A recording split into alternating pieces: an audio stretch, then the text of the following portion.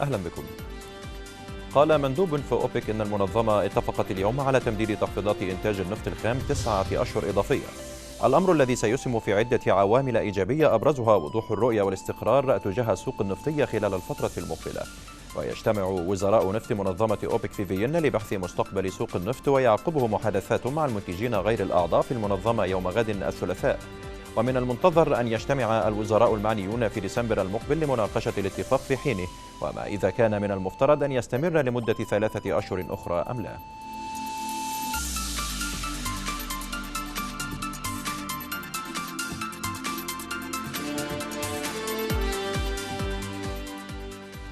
أكد وزير الطاقة السعودي خالد الفالح أن المملكة خفضت مخصصات النفط بنحو 600 ألف برميل يوميا في يوليو الجاري، مضيفا أن تمديد اتفاق أوبك بلس 9 أشهر يعطي المنظمة الوقت لإعادة التوازن للسوق، وأنه لن يضع الحصة السوقية كأولوية قصوى.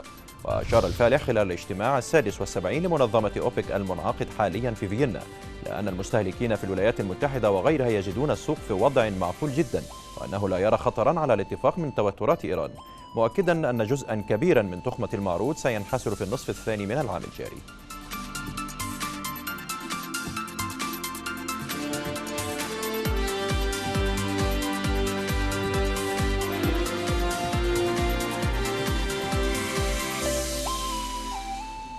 أصدرت الحكومة السعودية للمرة الأولى سندات مقومة باليورو على شريحتين لآجال تتراوح ما بين 8 إلى 20 عاما، بعدما عينت كل من جولدمان ساكس وسوسيتي جنرال كمنسقين عالميين ومديري دفاتر لترتيب اجتماع مع المستثمرين العالميين، وذلك بحسب وثيقة صادرة عن أحد البنوك التي تخوض عملية الطرح. وأوضحت وزارة المالية السعودية أن بنوك بي أم بي باريبا ومورغان ستانلي ومجموعة سامبا المالية حصلت على تفويض المرتبين الرئيسيين ومديري الدفاتر للطرح، لافتة إلى أنها ستدرس جمع ديون بعملات أخرى مثل اليوان.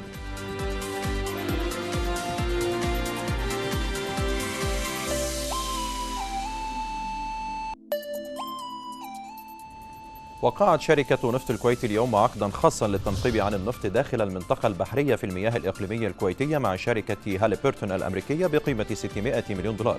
وقال الرئيس التنفيذي لشركة نفط الكويت عماد السلطان إن مشروع الحفر البحري الاستكشافي يتضمن 6 آبار بحرية ضمن عمليات الاستكشاف، ويستهدف زيادة طاقة الكويت الإنتاجية من النفط الخام بنحو 100 ألف برميل يوميا.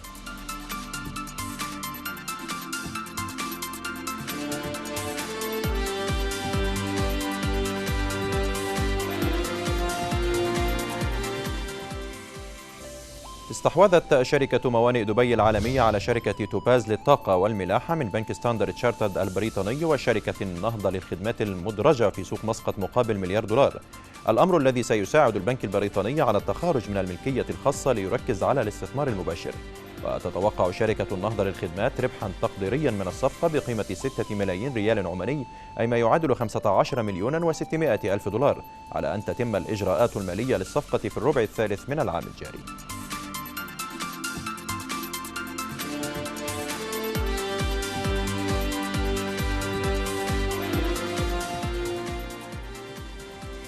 أكد رئيس الحكومة اليمنية في المنفى الدكتور معين عبد الملك أهمية زيارة وفد البنك الدولي إلى العاصمة المؤقتة عدن، والتي تأتي في إطار تعزيز العلاقة الاستراتيجية بين اليمن وشركائها في التنمية من الدول والمنظمات المانحة، مشيدا بتنفيذ البنك العديد من المشروعات المهمة في اليمن لبناء القدرات والنهوض بمختلف المجالات التنموية. ونقل مراسل صوت العرب في اليمن عبد العزيز العامر عن عبد الملك قوله إن الحكومة اليمنية مهتمة بحشد جهودها في التنمية ورفع التعهدات والمنح وتسخيرها للمساهمة في إعادة الإعمار وتحقيق التعافي الاقتصادي.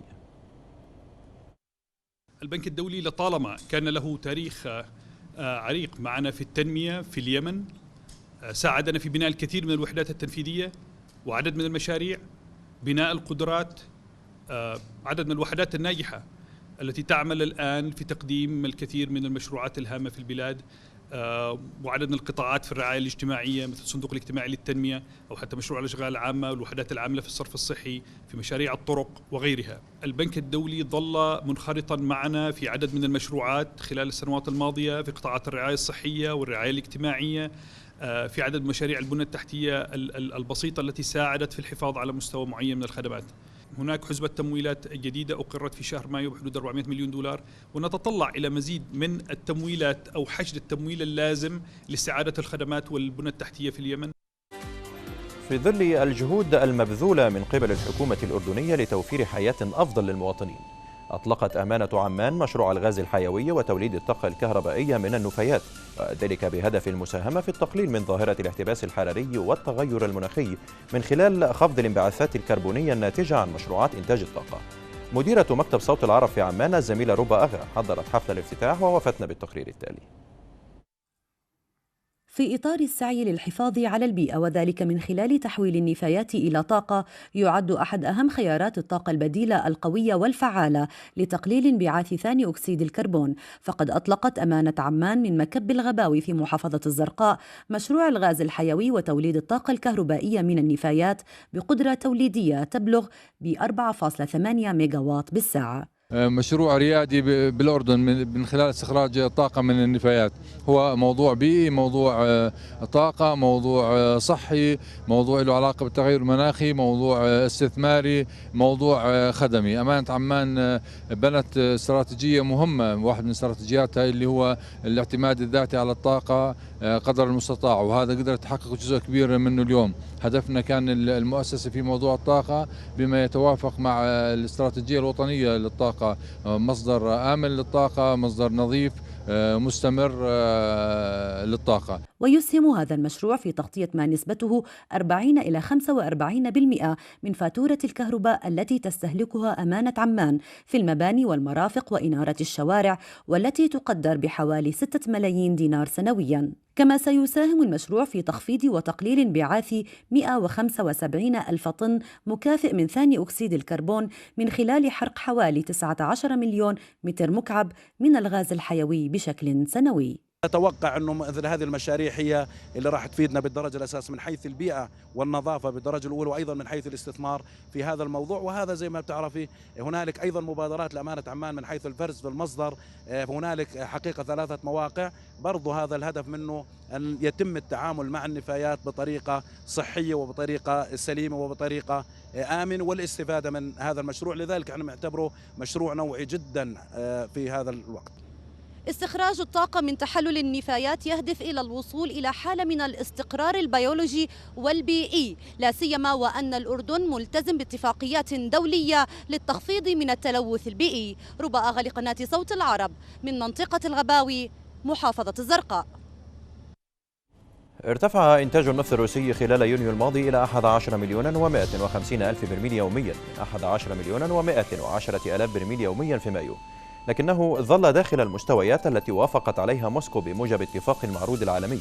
وتعهدت روسيا بخفض الإنتاج النفطي بنحو 228 ألف برميل يوميا من مستوى 11 مليون و410 ألاف برميل يوميا المسجل في أكتوبر الماضي، في ظل الاتفاق المبرم بين أوبك والمنتجين من خارجها.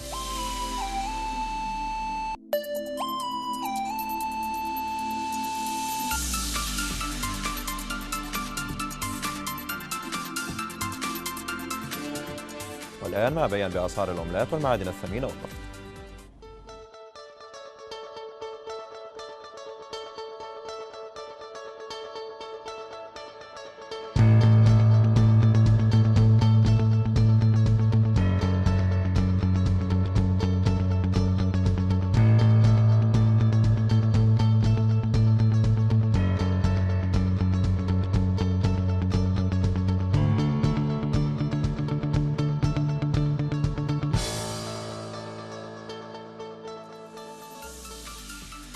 نهاية نشاطنا الاقتصادية وعودة إلى بسام.